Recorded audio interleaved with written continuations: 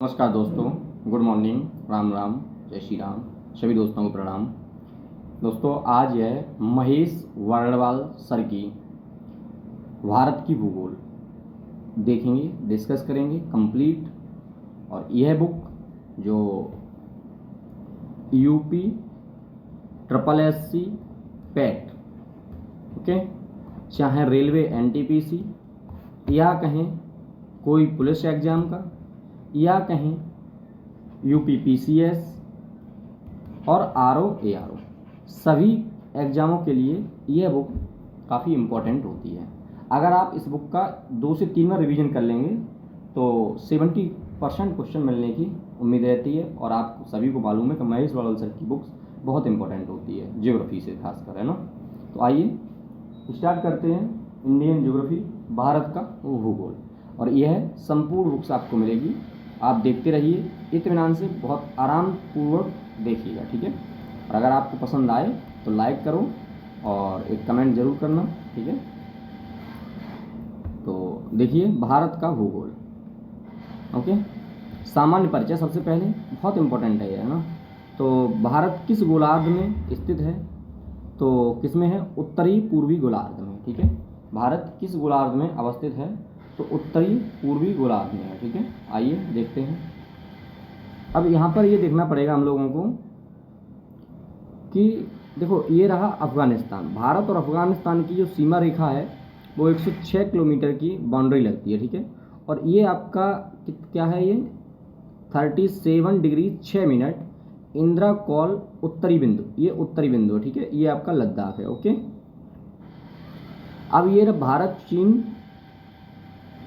सीमा रेखा कितनी है? 3488, ठीक है।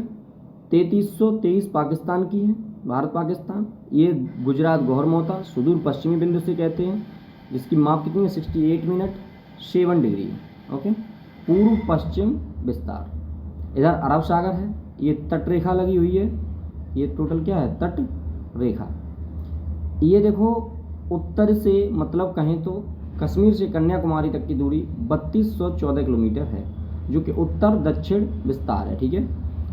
पश्चिम पूर्व विस्तार 2933 किलोमीटर है, ठीक है। ये सारा कुछ देख लीजिए। ये केतु के नाम से जानते हैं, 97 डिग्री 25 मिनट्स, ओके। आइए नेक्स्ट देखते हैं पॉइंट। बहुत अच्छे से तरीके से देखिए, ये बहुत इंपॉर्टेंट है। यहाँ रिवीजन हो जाएगा आपका, अच्छा रिवीजन की दृष्टि से ये बुक बहुत अच्छी है। तो अब देखते रहिए क्या है। क्षेत्रफल की दृष्टि से भारत का विश्व में कौन सा स्थान है? तो याद रखें कि क्षेत्रफल की दृष्टि से भारत का विश्व में 7वां स्थान है। मोस्ट इंपॉर्टेंट बुक है ये, रिवीजन करते रहिए।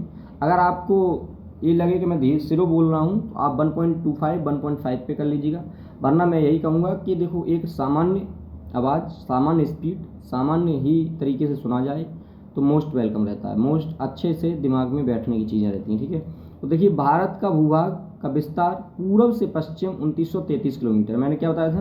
पूर्व से पश्चिम। अगर ये उत्तर से दक्षिण और ये पूर्व से पश्चिम, तो यहाँ से यहाँ तक ये विस्तार कितना है? 2933 किलोमीटर। तथा उत्तर से दक्षिण ये वाला, यहाँ से उत्तर और यहाँ दक्षिण 3214 किलोमीटर। नेक्स्ट है, भारत का कुल क्षेत्रफल, विश्व का कुल क्षेत्रफल कितना है? तो 2.4% है, ठीक है। नेक्स्ट है, भारत का अक्षांशीय विस्तार क्या है? तो भारत का अक्षांशीय जो विस्तार है वो 8 डिग्री 4 मिनट उत्तरी अक्षांश से 37 डिग्री 6 मिनट उत्तरी अक्षांश के मध्य है, ओके। नेक्स्ट है, देशांतरीय रेखाएं क्या निर्धारित करती हैं? तो देशांतरीय रेखाएं समय व अवस्थिति को निर्धारित करती हैं। याद रहे, बहुत अच्छे तरीके से रिवीजन करिएगा, बहुत अच्छा ये बुक्स है। आइए नेक्स्ट है, फटाफट देखते चलते हैं, ठीक है, क्योंकि बुक कंप्लीट करानी है मुझे। तो कर्क रेखा भारत के कितने राज्यों से होकर गिरती है? तो 8 राज्यों से होकर निकलती है। एक गुजरात है, राजस्थान है, मध्य प्रदेश है, छत्तीसगढ़ है, झारखंड है और पश्चिम बंगाल है, त्रिपुरा है और मिजोरम है। याद रखें, इससे एक ट्रिक बनती है कि मित्र पर गमछा झार, मित्र पर गमछा झार, प्रत्येक वर्ड पर प्रत्येक स्टेट का नाम आएगा, ठीक है। आइए, भारत को लगभग 2 बराबर भागों में कौन सा अक्षांश विभाजित करता है? तो 23.5 डिग्री उत्तरी अक्षांश, कर्क रेखा जिसे कहते हैं। नेक्स्ट है, भारत से सबसे पश्चिमी बिंदु गौरमौता गुजरात में जो तथा पूर्वी केतु अरुणाचल प्रदेश के मध्य सूर्योदय एवं सूर्यास्त में लगभग कितने घंटे का अंतर होता है? तो याद रखें सूर्योदय तथा सूर्यास्त में लगभग 2 घंटे का अंतर होता है। नेक्स्ट है भारत मानक समय रेखा किस शहर से होकर गुजरती? 82.5 डिग्री। तो याद रखें कि प्रयागराज के निकट मिर्जापुर से, या कहें तो प्रयागराज से भी, या नैनी से भी। अगर तीनों में से 3 आंसर हो तो मिर्जापुर लगाएंगे, अगर प्रयागराज है तो प्रयागराज लगाएंगे, और कोई दोनों में से आंसर नहीं, नैनी है तो नैनी लगाएंगे। ठीक है, याद रहे। नेक्स्ट पॉइंट है भारत मानक समय एवं ग्रीनविच माध्य समय में कितने घंटे का अंतर होता है? 5.5 घंटे का अंतर होता है। दोस्तों इसी तरीके से वीडियो पाने के लिए सारी महेश बड़वाल सर की एंड लूसेंट की वीडियो में कराऊंगा, लूसेंट कंप्लीट कराऊंगा, उसके बाद जीएस पॉइंटर कराऊंगा। तो आप चैनल को सब्सक्राइब कर लीजिएगा ताकि आपके पास यह वीडियो जो है वो इम्पोर्टेंट वीडियो जल्दी से आपके पास पहुँचे और आप देखें, क्योंकि एग्जाम सारे नज़दीक हैं, चाहे यूपी SSC पेट का एग्जाम हो, चाहे बीपीएससी बिहार PCS का एग्जाम हो, या यूपी PCS का, यूके PCS का, सारे एग्जाम आपके पर मंथ एक दो एग्जाम लगे हुए। तो मैं यही कहूँगा कि आप चैनल को सब्सक्राइब करें और देखते रहें कंटिन्यू। नेक्स्ट पॉइंट है यदि भारत मानक या उत्तर पर मध्याह्न है तो 120 डिग्री पूर्वी देशांतर पर स्थानीय समय 2:30 बजे होंगे। कौन से? शाम वाले, दोपहर वाले। भारत का सुदूरस्थ दक्षिणी बिंदु कौन है? तो इंदिरा पॉइंट जो है वो सुदूरस्थ दक्षिणी बिंदु है। ओके, भारत का सुदूरस्थ दक्षिणी बिंदु अगर आए कौन है तो इंदिरा पॉइंट है। और इंदिरा कॉल कौन सा है बताइए, कमेंट करके जल्दी से बताइए, मैंने अभी बताया था थोड़ी देर पहले। ठीक है, नेक्स्ट बताइए इंदिरा पॉइंट ग्रेट निकोबार द्वीप पर स्थित है। याद रहे कि इंदिरा पॉइंट अगर पूछा जाए कहाँ स्थित है तो ग्रेट निकोबार द्वीप पर स्थित है इंदिरा पॉइंट। ठीक है, आइए नेक्स्ट पॉइंट है भारत का एकमात्र जिला कौन सा है जिसकी सीमा 4 को स्पर्श करती है? किसे? 4 राज्यों को स्पर्श करती हैं, वो कौन सा डिस्ट्रिक्ट है? तो याद रहे सोनभद्र है। ठीक है, सोनभद्र किन किन को डिस्ट्रिक्ट को प्रदर्श मतलब इस बाउंड्री बनाता है, किन किन मतलब स्टेटों को? तो आप कमेंट करके फटाफट बताएं। यूपी तो है ही है, यूपी तो है, सोनभद्र यूपी का ही तो है, और एक एमपी होगा ना, फिर क्या होगा? छत्तीसगढ़ होगा क्या? और जो भी हो कमेंट करके बताएंगे। एक और आपको बताना है, ये कमेंट करके बताएं फटाफट। ठीक है, देखिए भारतीय मानक समय 82.5 5 राज्यों उत्तर प्रदेश, मध्य प्रदेश, छत्तीसगढ़, उड़ीसा एवं आंध्र प्रदेश से होकर गुजरती है। आइए नेक्स्ट देखते हैं। यह पूरा मानचित्र है लद्दाख, जम्मू कश्मीर 31 अक्टूबर 2019 को ये अलग अलग हुए, हिमाचल प्रदेश। ठीक है, ये सारे एक बार में देख लीजिएगा।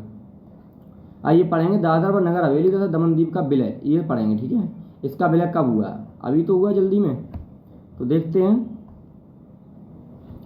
मोस्ट इंपॉर्टेंट ये बुक्स रहती है, बहुत अच्छे से आप रिवीजन करिएगा, यहाँ से क्वेश्चन ज्योग्राफी से नहीं छूटने वाला। और हमने यहाँ से पहले वर्ल्ड ज्योग्राफी भी करा चुके हैं, एक बुक बहुत अच्छे से देखिएगा। दादरा व नगर हवेली तथा दमन व दीव का विलय संसद में लोकसभा में 27 नवंबर 2019 को तथा राज्यसभा में 3 दिसंबर 2019 को पारित। दादरा व नगर हवेली तथा दमन व दीव केंद्र शासित प्रदेशों का विलय दोनों मतलब करके एक कर दिया गया। विधेयक 2019 के माध्यम से उपर्युक्त दोनों केंद्र शासित प्रदेशों का विलय कर दिया गया है। नेक्स्ट पॉइंट है यह पुनर्गठन 26 जनवरी 2020 से प्रभावी।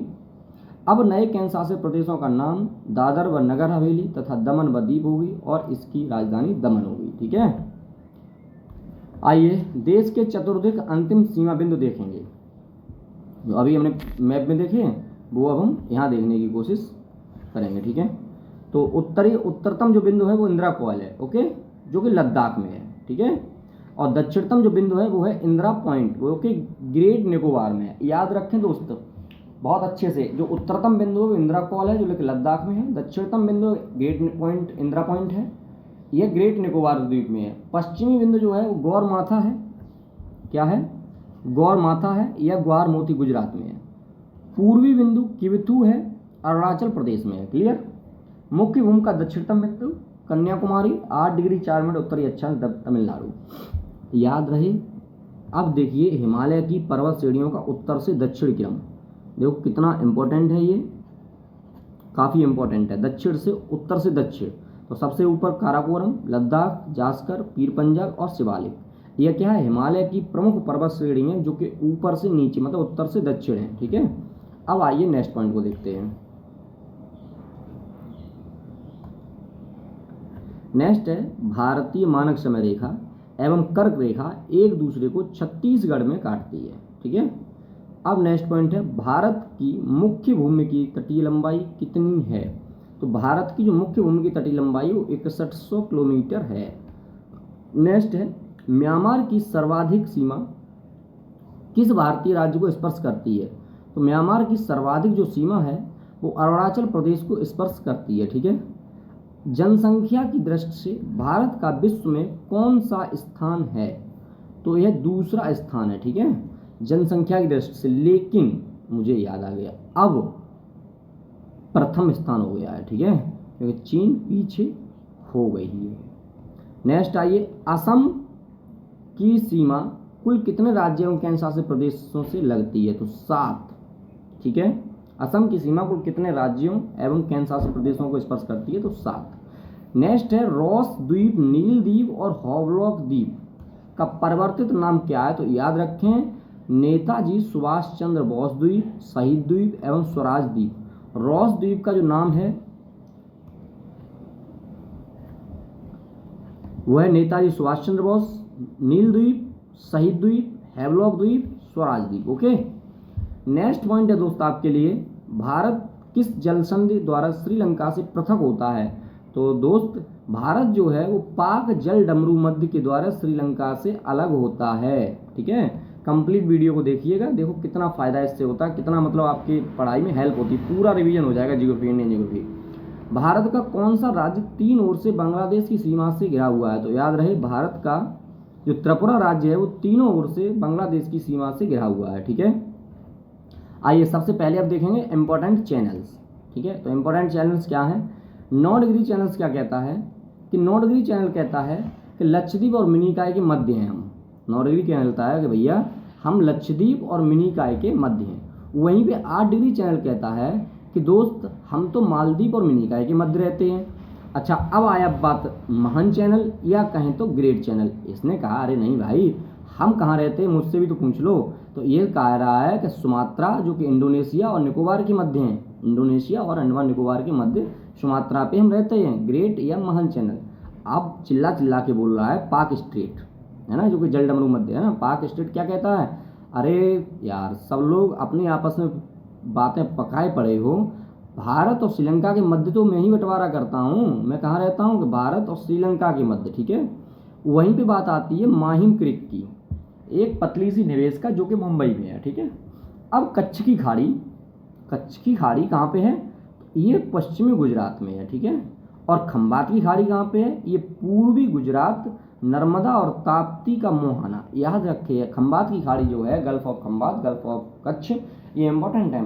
तो खंबात की खाड़ी कहती है कि भैया हम तो पूर्वी गुजरात, नर्मदा ताप्ती का मुहाना बनाते हैं।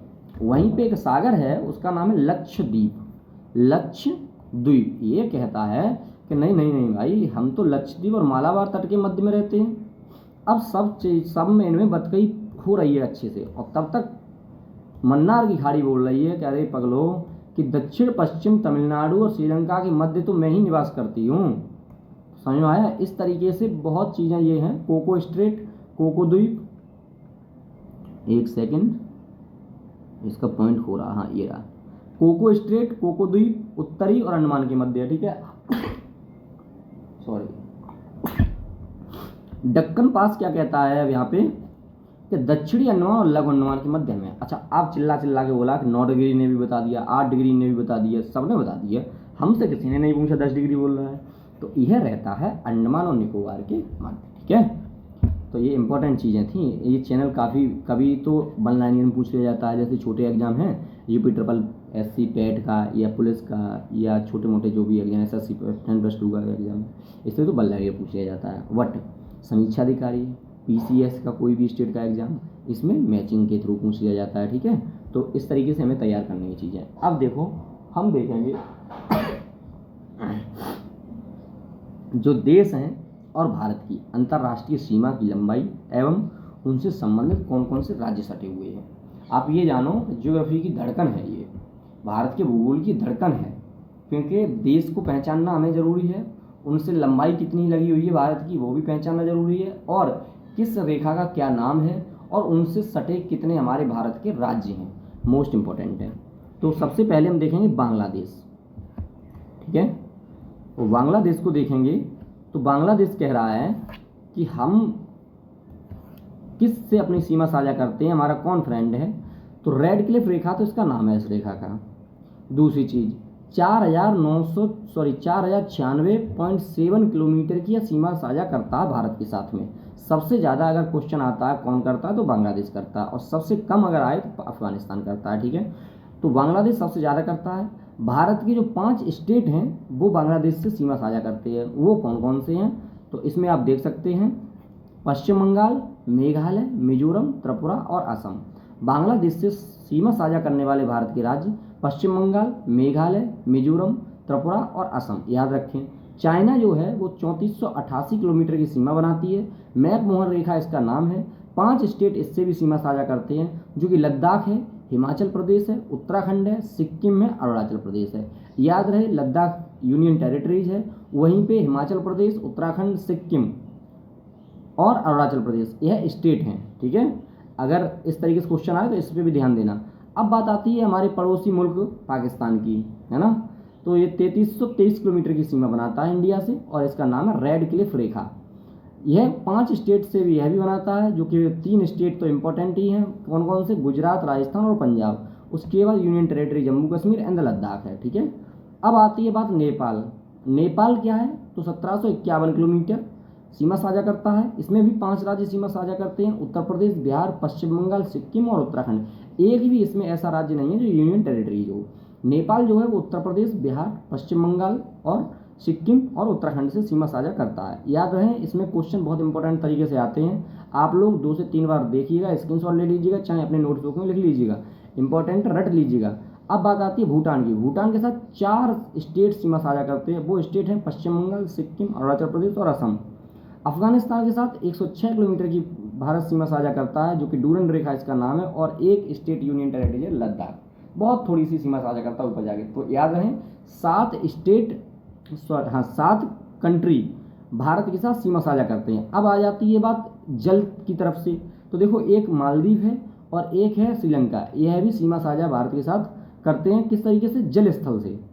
ठीक है, जल स्थल से श्रीलंका, और तब फिर 9 हो जाते हैं। अगर स्थलीय सीमा साझा पूछे, भूमि के साथ पूछे, तो सिर्फ 7 कंट्रीज हैं। ठीक है, और कुल सीमा साझा करने वाली कंट्रियों की प्लस करके 15,106 किलोमीटर 0.7 आ जाएगा। ठीक है, अब आते हैं मैकमोहन रेखा और रेड क्लिफ रेखा के बारे में हम पढ़ेंगे थोड़ा सा। ठीक है, तो आइए,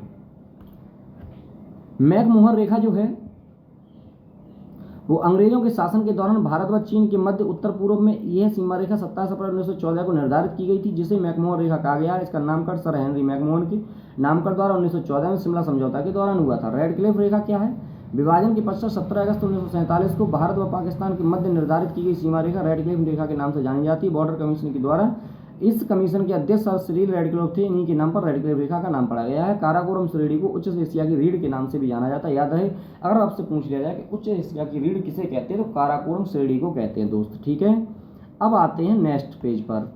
नेक्स्ट पेज है भारत एक दृष्टि में। भारत एक दृष्टि में देख लो भैया, तो देश है भारत, इसका नाम था आर्यवर्त, जम्बूद्वीप, भारतवर्ष, हिंदुस्तान और इंडिया। ठीक है, 1 2 3 4 5 नाम आपको मिलेंगे, अलग अलग पुराणों में, अलग अलग समय में और अलग अलग टाइम जोन में। राजधानी है नई दिल्ली, अभी की बात कर रहे हैं। भौगोलिक स्थिति है उत्तरी गोलार्ध में अवस्थित है भारत। अक्षांशीय विस्तार 8 डिग्री 4 मिनट उत्तरी अक्षांश से 37 डिग्री 6 मिनट उत्तरी अक्षांश तक इसका विस्तार है।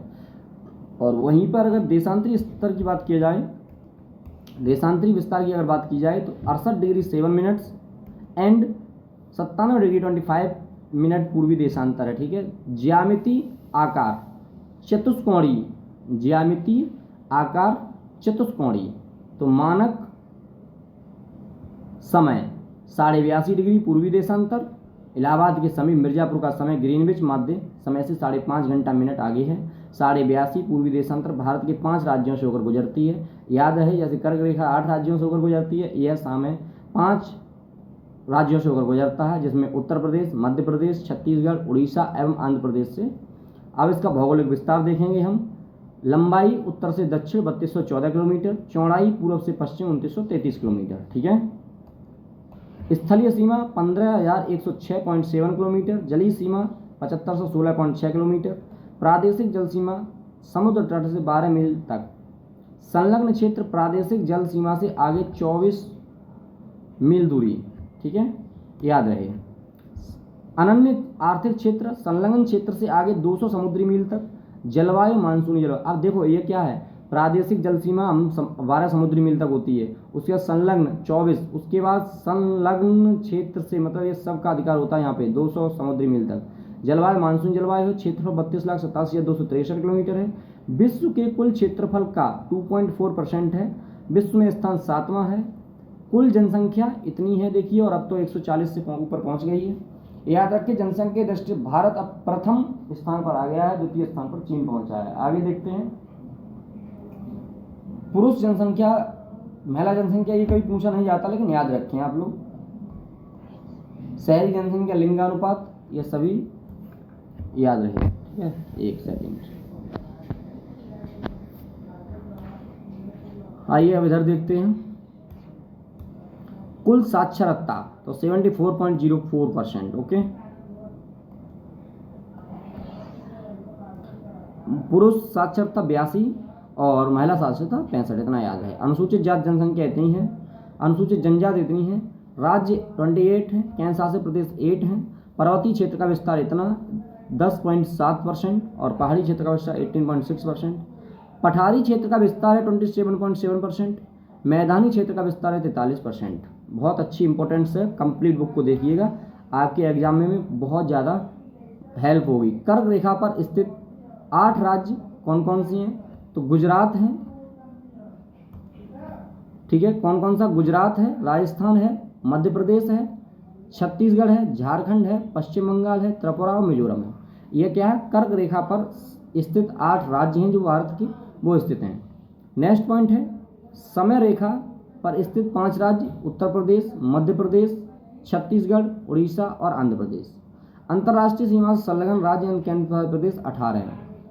नेक्स्ट, तेल शोधनशालाओं की संख्या भारत में 23 है और राष्ट्रीय राजमार्गों की संख्या 599 है। बड़े बंदरगाहों की संख्या 13 है।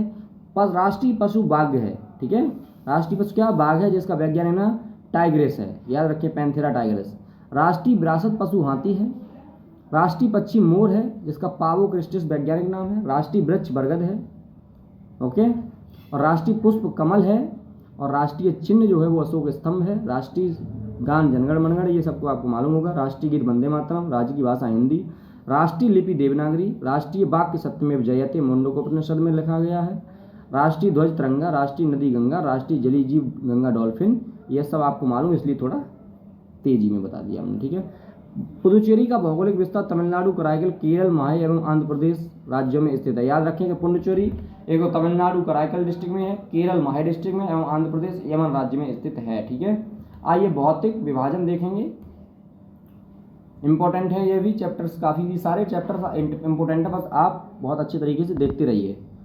कुछ नहीं करना, आपको सिर्फ अच्छी तरीके से सुनना है, और एक बार में अगर तैयार नहीं हो तो 2 बार सुनना, 2 बार में तैयार नहीं 3 बार सुनना है, क्योंकि ज्योग्राफी इस बुक से बाहर कहीं किसी भी एग्जाम में नहीं आती है एक लेवल तक। उसके बाद आपको एनसीईआरटी बड़े एग्जाम देने हैं तो एनसीईआरटी तो पढ़नी पड़ती है ना, और ये एनसीईआरटी का निचोड़ ही है। आप एनसीईआरटी का रिव्यू नहीं कर रहे, आप ये मानो, आपको ये पता चल रहा है कि किस तरीके से क्वेश्चन आ रहे हैं।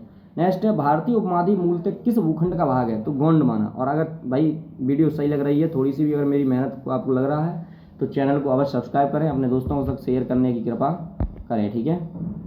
भारत में उपलब्ध पुराचुंबकीय परिणामों से संकेत मिलते हैं कि प्राचीन काल में भारतीय भूखंड उत्तर दिशा की ओर विस्थापित था।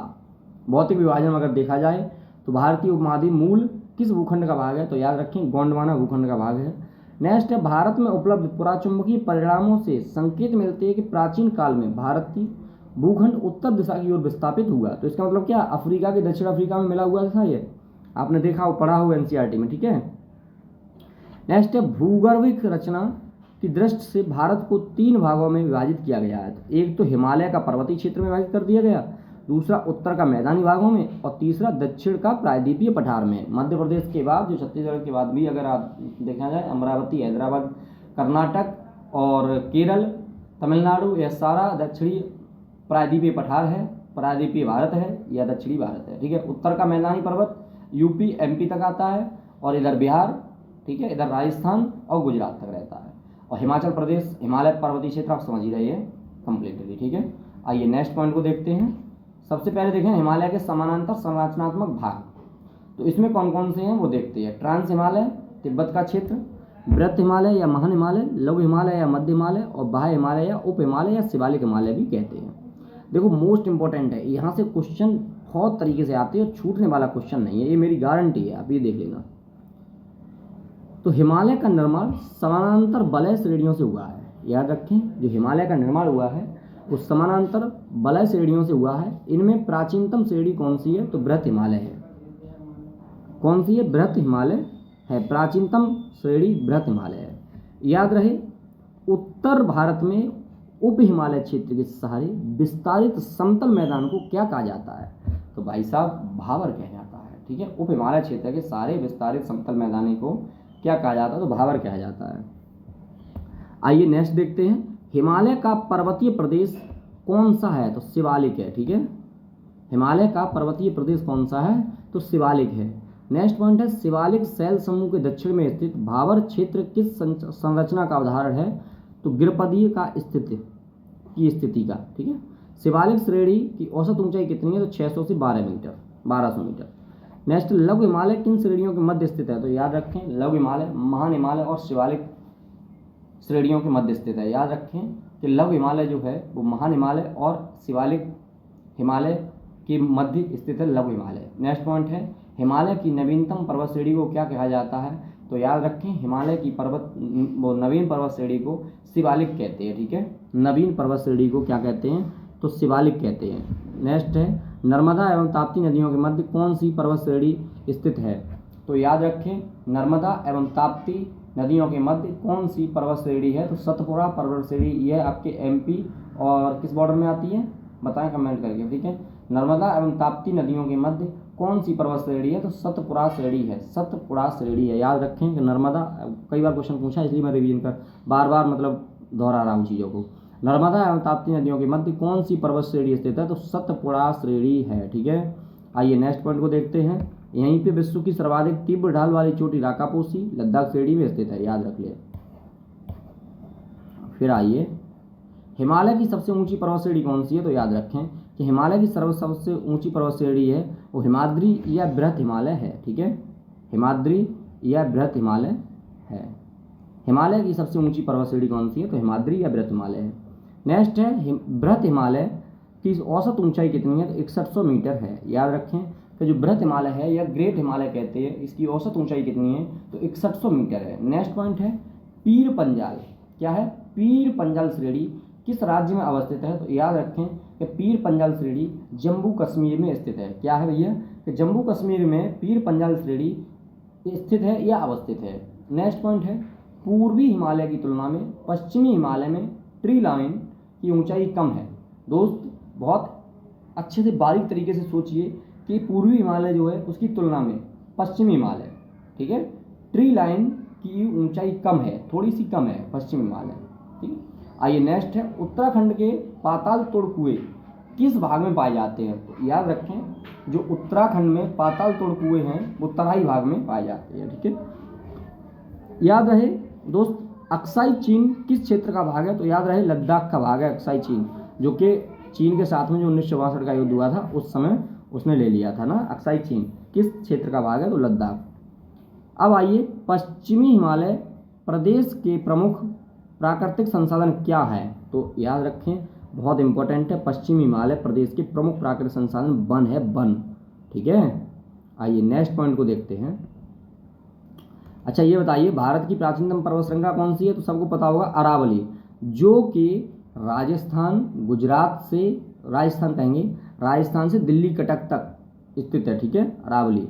और इसी पर एक राजस्थान में कौन सा जैन मंदिर स्थित है, आप कमेंट करके बताएं। वैसे आगे आ भी जाएगा मुझे मालूम है, आप बताइए।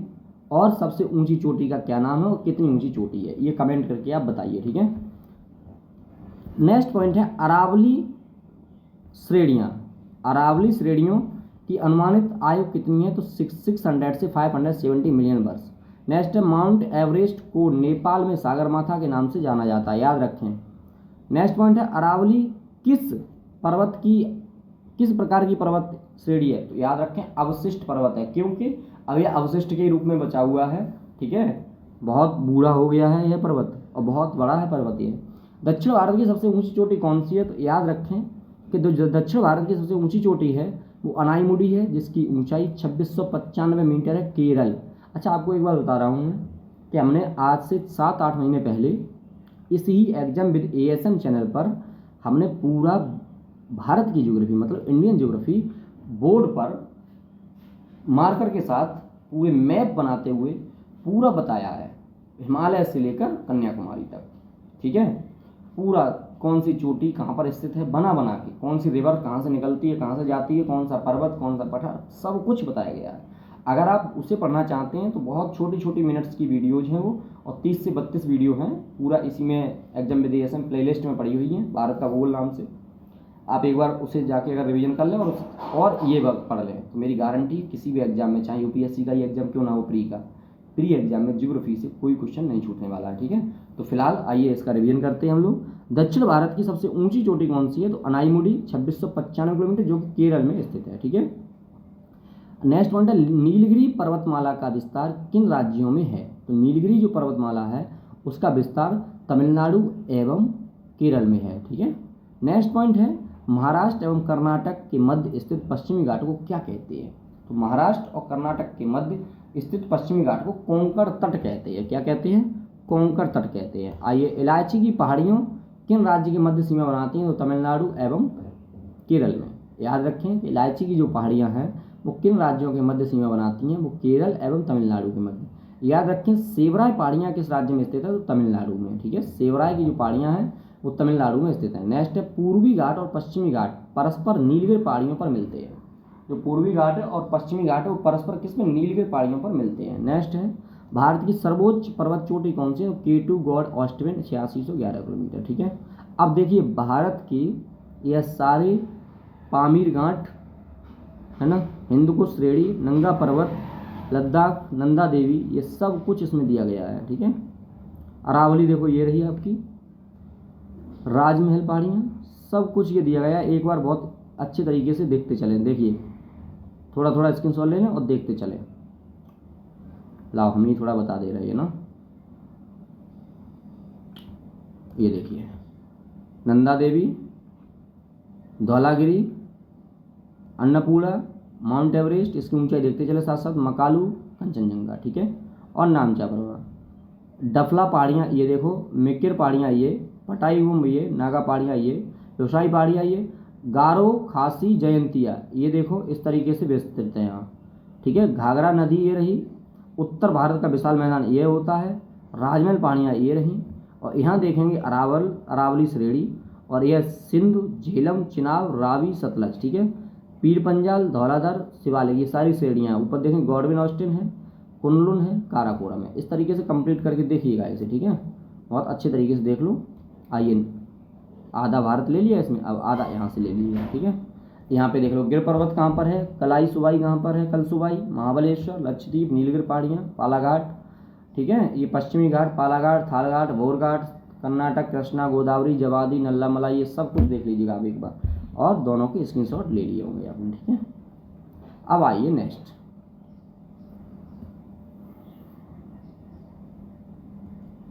नेक्स्ट है, माना दर्रा उत्तराखंड को किससे जोड़ता है? तो तिब्बत से जोड़ता है, ठीक है। किससे जोड़ता है? तिब्बत से। नंदा देवी शिखर किस राज्य में अवस्थित है? तो याद आप कहेंगे उत्तराखंड राज्य में अवस्थित है, ठीक है। नंदा देवी शिखर किस राज्य में अवस्थित है? उत्तराखंड में। नेक्स्ट है, अरावली श्रेणी का उच्चतम पर्वत शिखर कौन सा? तो याद रखें, अभी हमने बताया था गुरु शिखर, जो कि 1722 मीटर है, और इस पर कौन सा जैन मंदिर है? तो जैन दिलवाड़ा मंदिर है, ठीक है। हिमालय पर्वत की एक श्रेणी अराकानयोमा किस देश में स्थित है? तो म्यांमार में है, ठीक है। हिमालय पर्वत की एक श्रेणी अराकानयोमा किस देश में स्थित है? तो म्यांमार में स्थित है। आइए नेक्स्ट देखते हैं। अच्छा, यहीं पर है, कुल्लू घाटी किन पर्वत श्रेणियों के मध्य स्थित है? तो याद रखें, धौलाधर तथा पीर पंजाल। कुल्लू घाटी किन पर्वत श्रेणियों के मध्य स्थित है? तो धौलाधर तथा पीर पंजाल। नेक्स्ट है, पालघाट दर्रा किन पहाड़ियों के मध्य स्थित है? तो नीलगिरी और अन्नामलाई के मध्य। नाथुला दर्रा किस राज्य में स्थित है? तो सिक्किम में, ठीक है। एक बार फिर रिवीजन करिएगा, माना दर्रा उत्तराखंड के किस से जोड़ता है? तो तिब्बत से जोड़ता है उत्तराखंड को। नंदा देवी किस शिखर से राज्य में अवस्थित है? तो उत्तराखंड में है। नेक्स्ट है अरावली श्रेणी का उच्चतम पर्वत शिखर कौन सा है? तो गुरु शिखर है। नेक्स्ट है हिमालय पर्वत की एक श्रेणी अराकानेउमा किस देश में स्थित है? म्यांमार में है। नाथुला दर्रा किस राज्य में स्थित है? सिक्किम में है। पालघाट दर्रा किन पहाड़ियों सहित मध्य स्थित है? तो नीलगिरी में। याद रहे, आप इस तरीके से देखते रहिए, कंप्लीट रिवीजन करिएगा और 2 से 3 बार यह बुक जब पढ़ेंगे आप तो समझ में आ जाएगा और आपका बहुत अच्छी तरीके से इंडियन ज्योग्राफी तैयार हो जाएगी। ओके, आइए नेक्स्ट पॉइंट देखते हैं। लिपुलेख, माना एवं नीति दर्रा कहाँ स्थित है? तो उत्तराखंड में स्थित है। लिपुलेख, माना, नीति दर्रा कहाँ स्थित है? तो उत्तराखंड में स्थित है। नेक्स्ट है रोहतांग दर्रा किस राज्य में स्थित है? तो हिमालय प्रदेश में स्थित है। ठीक है दोस्त, आइए नेक्स्ट देखते हैं मित्र। पूर्वी हिमालय में औसत हिमरेखा 3500 मीटर तथा पश्चिमी हिमालय में 2500 मीटर ऊंचाई पर अवस्थित है। ठीक है, अब बहुत इंपॉर्टेंट तो यह है, भारत का सबसे बड़ा हिमनद कौन सा है? तो आप याद रखें सियाचिन। हिमनद मतलब ग्लेशियर, और यह लद्दाख में स्थित है, सबसे बड़ा है। चौराबाड़ी ग्लेशियर कहाँ स्थित है? तो याद रखें केदारनाथ मंदिर के उत्तर में, उत्तराखंड में। ठीक है, चौराबाड़ी ग्लेशियर कहाँ स्थित है? केदारनाथ मंदिर के उत्तर में है। चौराबाड़ी ग्लेशियर कहाँ स्थित है? तो केदारनाथ मंदिर के उत्तर में है, उत्तराखंड। ठीक है दोस्त, बहुत अच्छे तरीके से प्यार से यह वीडियो कंप्लीट देखिएगा। नेक्स्ट है मेघालय पठार का, मेघालय का पठार किस भाग का? प्रायद्वीपीय भारत का भाग है। याद रखें, भारत के प्रायद्वीपीय पर्वत किस काल से निर्मित हुए हैं? तो पैलजोइक महाकल्प से। यदि आपने अभी तक चैनल को सब्सक्राइब नहीं किया तो चैनल को सब्सक्राइब कर ले, है ना, और लाइक करके हमें बताएं कमेंट करके कि किस तरीके से आपको यह समझ में आ रहा है। तो नेक्स्ट वीडियो इसी तरीके से हम और लाने का प्रयास करूंगा। श्रृंखलाओं के मध्य मालवा का पठार, याद रहे। आइए नेक्स्ट पॉइंट को देखते हैं। दंडकारण्य क्षेत्र कहाँ अवस्थित है? तो एक सेकंड, हाँ, दंडकारण्य जो क्षेत्र है वो कहाँ अवस्थित है? तो छत्तीसगढ़ उड़ीसा मध्यवर्ती भाग में। ठीक है, आइए नेक्स्ट देखते हैं। लघु हिमालय शिवालिक श्रेणी के मध्य विस्तृत समतल संरचनात्मक स्थल को पूर्व में द्वार तथा पश्चिम में दून के नाम से जाना जाता है। नेक्स्ट है भारत का औसत समुद्र तल किस तट से मापा जाता है? चेन्नई में। ठीक है, भारत की समुद्र तट रेखा की कुल लंबाई कितनी है? तो 7516 किलोमीटर है। ठीक है, 7516 किलोमीटर। नेक्स्ट है किस राज्य की तटीय सीमा सबसे लंबी है? तो गुजरात की। किस राज्य की तटीय सीमा सबसे लंबी है? तो गुजरात की सबसे लंबी है।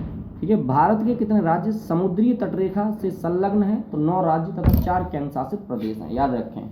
अब देखिए भारत के तटीय राज्य व केंद्र शासित प्रदेश कौन कौन से हैं दोस्त। ठीक है, अच्छा सुनो मेरी बात, आपका लगभग थोड़ी देर में 1 घंटा हो जाएगा। ठीक है, लेकिन यह 1 घंटा में तो नहीं हो पाएगी, पॉसिबल नहीं है। तो यह थोड़े थोड़े मतलब 2 से 3 पार्ट्स में आपको यह पूरी बुक मिलेगी। उसके बाद क्या होगा, पूरी प्लेलिस्ट में यह आपकी पूरी बुक डाल दी जाएगी। अगर आप एक एक वीडियो एक एक बार में देखना चाहें तो एक एक बार में देख लीजिएगा, और अगर पूरा रिवीजन एक बार में करना चाहें 4-5 घंटे में तो पूरी प्लेलिस्ट खोलो और पूरा एक बार रिवीजन कर दो। एक मैराथन तरीके से ही हो जाएगी कंप्लीट, कोई प्रॉब्लम तो नहीं आएगी। ठीक है, तो आइए देखते हैं तटीय राज्य और उनके केंद्र शासित प्रदेश। गुजरात कौन कौन से हैं? गुजरात, महाराष्ट्र, कर्नाटक, केरल, तमिलनाडु, पश्चिम बंगाल, आंध्र प्रदेश, उड़ीसा, गोवा, पुडुचेरी, दमन व दीप, अंडमान निकोबार। ठीक है, नेक्स्ट पॉइंट है प्राचीन भारतीय ऐतिहासिक भूगोल में रत्नागिरी नाम हिंद महासागर का था। याद रखें। नेक्स्ट है तमिलनाडु व आंध्र प्रदेश की समुद्री तट का क्या नाम है? तो कोरोमंडल नाम है। नेक्स्ट है कन्याकुमारी को किस नाम से जाना जाता है? तो केप कोमोरिन के नाम से जाना जाता है। नेक्स्ट पॉइंट है दोस्त अंडमान और निकोबार द्वीप समूह में सबसे अधिक ऊंचाई क्या है? सैंडल पीक चोटी है ना। आइए नेक्स्ट देखते हैं।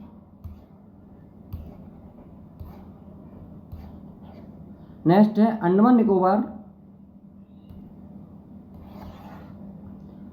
अंडमान निकोबार द्वीप स्थित है बंगाल की खाड़ी में। अंडमान निकोबार द्वीप समूह में द्वीपों की संख्या 572 है।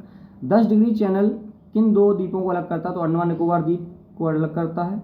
बैरन द्वीप अवस्थित है बंगाल की खाड़ी में। श्री हरिकोटा द्वीप कहाँ अवस्थित है? पुलिकट झील के समीप। राम सेतु कहाँ से प्रारंभ होता है? तो धनुषकोडी से प्रारंभ होता है। याद रखें। लक्षद्वीप कहाँ अवस्थित है? तो अरब सागर में। भारत का कौन सा द्वीप प्रवाल निर्मित है? तो लक्षद्वीप है। ठीक है, आइए नेक्स्ट देखते हैं। भारत का कौन सा द्वीप प्रवाल निर्मित है? याद रखें, तो लक्षद्वीप है।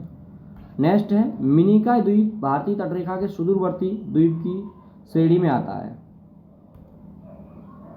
नेक्स्ट पॉइंट है, भारत एवं श्रीलंका के मध्य कौन सा द्वीप स्थित है? तो पम्बन द्वीप स्थित है। ठीक है दोस्त, बहुत अच्छे से मैं पढ़ा रहा हूँ, ये नहीं तो मैं भाग रहा हूँ ना बहुत स्लो चल रहा हूँ। फिर आप अपने हिसाब से वीडियो को स्पीड कम ज़्यादा कर सकते हैं। नेक्स्ट है, द्वीपों पर बसा हुआ भारत का सबसे बड़ा नगर कौन सा है? तो मुंबई है। ठीक है। कोरी क्रीक कहाँ स्थित है? तो कच्छ के रण में स्थित है।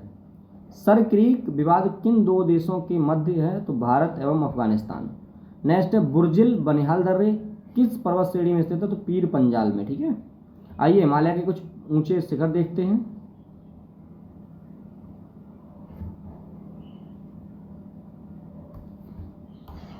हिमालय के ऊंची पर्वत शिखर देखते हैं। माउंट एवरेस्ट नेपाल में है 8848.66 किलोमीटर। काराकोरम या गॉडविन ऑस्टिन भारत में 8600, सबसे ऊंची भारत का ये है। कंचनजंगा भारत नेपाल सीमा, इसकी हाइट 8586 किलोमीटर। वहीं पे मकालू जो है पर्वत वह है नेपाल में है 8481। धौलागिरी दोस्त देखिए बहुत इंपॉर्टेंट है, ये सिक्वेंस से कभी कभी लगाने के लिए आ जाते हैं। कभी कभी कंट्री पूछ ली जाती है कि इसमें से 4 दिए होते हैं और पूछ लिया जाएगा भारत में कौन सा है या नेपाल में कौन सा है या चीन में कौन सा है। ठीक है। तो धौलागिरी जो पर्वत है वो नेपाल में है 8167। नंगा पर्वत भारत में है। अन्नपूर्णा नेपाल में है। नंदा देवी भारत का है। कामेत भारत का। नामचा पर्वत तिब्बत चीन। ठीक है। आइए नेक्स्ट देखते हैं, गुरुला मंदथा चीन में है। ठीक है। सतलज एवं सिंधु नदी के मध्य स्थित हिमालय के भाग को कश्मीर हिमालय या पंजाब हिमालय के नाम से जाना जाता है। अब आइए जलवायु देखते हैं, क्लाइमेट देखते हैं भारत की। ठीक है, मोस्ट इंपॉर्टेंट है, आप देखते चलिएगा। जलवायु या क्लाइमेट, किसी क्षेत्र की जलवायु को निर्धारित करने वाला मुख्य कारक कौन सा है? तो अक्षांशीय अवस्थिति है। ठीक है। देखिए लैटिट्यूड अक्षांश, एल्टीट्यूड ऊंचाई, और एन मतलब नियरनेस फ्रॉम सी समुद्र से निकटता, डायरेक्शन ऑफ विंड पवन की दिशा, फॉरेस्ट वन, ओशियन करंट समुद्री जलधारा, रेनफॉल वर्षा, ये प्रदर्शित करते आएंगे आने वाले में। ये सब आपको दिखाया गया है कौन कौन से नाम से क्या क्या है। आइए नेक्स्ट देखते हैं। भारत में ग्रीष्मकालीन मानसून के प्रभाव की सामान्य दिशा क्या है? तो याद रखें दक्षिण पश्चिम से उत्तर पूर्व है। ठीक है। भारत में ग्रीष्मकालीन मानसून के प्रवाह की सामान्य दिशा क्या है? तो दक्षिण पश्चिम से उत्तर पूर्व है। नेक्स्ट देखते हैं, भारत के उत्तरी पश्चिमी मैदानों में शीत ऋतु में किसके प्रभाव से वर्षा होती है? तो पश्चिमी विक्षोभों के प्रभाव से होती है। ठीक है। भारत के उत्तरी पश्चिमी मैदानों में शीत ऋतु में किसके प्रभाव से वर्षा होती है? तो पश्चिमी विक्षोभों के प्रभाव से। भारत के किन राज्यों में शरद ऋतु में वर्षा होती है? तो पंजाब एवं तमिलनाडु में। याद रखें, भारत के किन राज्यों में शरद ऋतु में वर्षा होती है? तो पंजाब एवं तमिलनाडु में। नेक्स्ट है, भारत में औसत वार्षिक वर्षा कितनी है? तो लगभग 125 सेंटीमीटर है। ठीक है। नेक्स्ट पॉइंट है, भारत में सर्वाधिक वर्षा किन क्षेत्रों में होती है? तो याद रखें पश्चिमी घाट, पूर्वी हिमालय तथा मेघालय, यहाँ पर वर्षा सर्वाधिक होती है। ओके। तो आइए नेक्स्ट पॉइंट देखते हैं, भारत में उष्ण कटिबंधीय मानसूनी जलवायु पाई जाती है तथा, याद रखें भारत में उष्ण कटिबंधीय मानसूनी जलवायु पाई जाती है तथा यहाँ सर्वाधिक वर्षा दक्षिण पश्चिम मानसून द्वारा होती है। ठीक है। जलवायु मानसूनी जलवायु भारत की। आइए नेक्स्ट देखते हैं पॉइंट, भारतीय उपमहाद्वीप पर ग्रीष्म ऋतु उच्च ताप, देखो वीडियो या 3 पार्ट में है चाहे 4 पार्ट में है, लेकिन आपको समझ में आनी चाहिए भाई। 3 घंटे की 4 घंटे में कंप्लीट हो जाएगी अगर 3-4 पार्ट में आएगी वीडियो तो। लेकिन आप अगर एक से पूरा पार्ट देखेंगे अच्छे से तो एक सामान्य लैंग्वेज में आपको समझ में तो आएगा ना। तो तैयार होना चाहिए, मेन चीज़ ये कंप्लीट वीडियो। समय कम जरूरी नहीं है लेकिन तैयार भी तो होना चाहिए भाई। एक इंपॉर्टेंट पॉइंट, ज्योग्राफी का इंपॉर्टेंट टॉपिक होते हैं ये। आइए व्यापारिक पवनें देखेंगे। तो जो व्यापारिक पवनें हैं वो 0 डिग्री से 30 डिग्री उत्तरी एवं दक्षिणी अक्षांशों के मध्य बहने वाली पवनें हैं। ये पवनें उपोष्ण उच्च वायुदाब कटिबंधों 35 डिग्री नॉर्थ साउथ से विश्वती निम्न वायुदाब कटिबंधों से 0 डिग्री से 5 डिग्री नॉर्थ साउथ की ओर बहती हैं। उत्तरी गोलार्ध में इन्हें उत्तर पूर्व व्यापारिक पवनें तथा दक्षिणी गोलार्ध में इन्हें दक्षिण पूर्वी व्यापारिक पवनें कहा जाता है। याद रखें, उत्तर पूर्वी व्यापारिक पवनें तथा दक्षिणी गोलार्ध में इन्हें दक्षिण पूर्वी व्यापारिक पवनें कहा जाता है। लू उत्तर मैदान में, उत्तरी मैदान में पंजाब से बिहार तक चलने वाली शुष्क व पीड़ादायक पवनों को लू कहते हैं। ठीक है। अब आइए ये देखते हैं,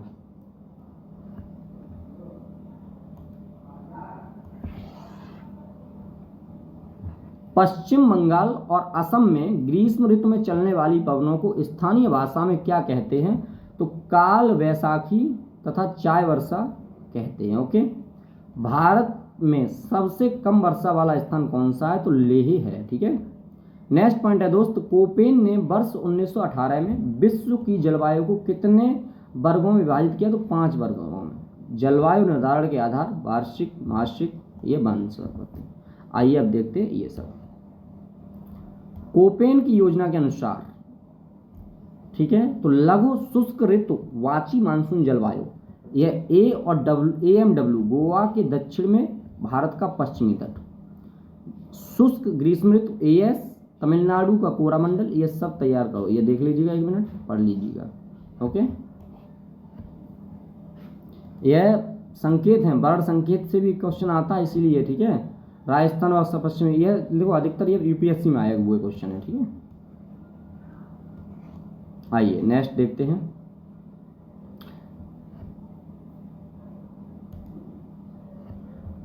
नेक्स्ट, भारत में दक्षिण पश्चिमी मानसून का समय सामान्यतः कब से कब तक होता है? तो जून से दिसंबर तक। दक्षिणी पश्चिमी मानसून का जून से सितंबर तक। नेक्स्ट, भारत में मानसून का आगमन सबसे पहले किस राज्य में होता है? तो केरल राज्य में होता है, याद रखें। नेक्स्ट, भारत में नार्वेस्टर की उत्पत्ति कहाँ होती है? तो छोटा नागपुर पठार में होती है। ठीक है। नेक्स्ट, तमिलनाडु में मानसून के सामान्य महीने कौन से होते हैं? तो नवंबर दिसंबर होते हैं। ठीक है। नवंबर और दिसंबर होते हैं। ठीक है। नेक्स्ट है, भारतीय मानसून को प्रभावित करने वाले कारक के घटक कौन से हैं? तो तिब्बत का पठार, जेट स्ट्रीम, अल नीनो एवं ला नीना।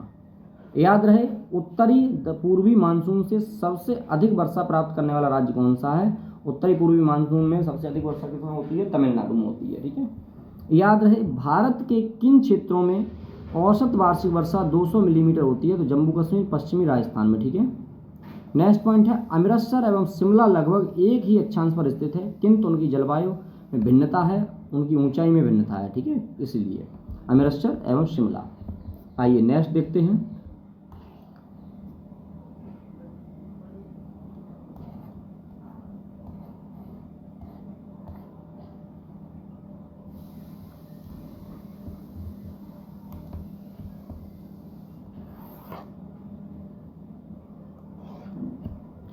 कॉफी, वर्षा एवं चेरी ब्लॉसम का संबंध ग्रीष्म ऋतु के समाप्त होते ही पूर्व मानसून की बौछार से है, कर्नाटक।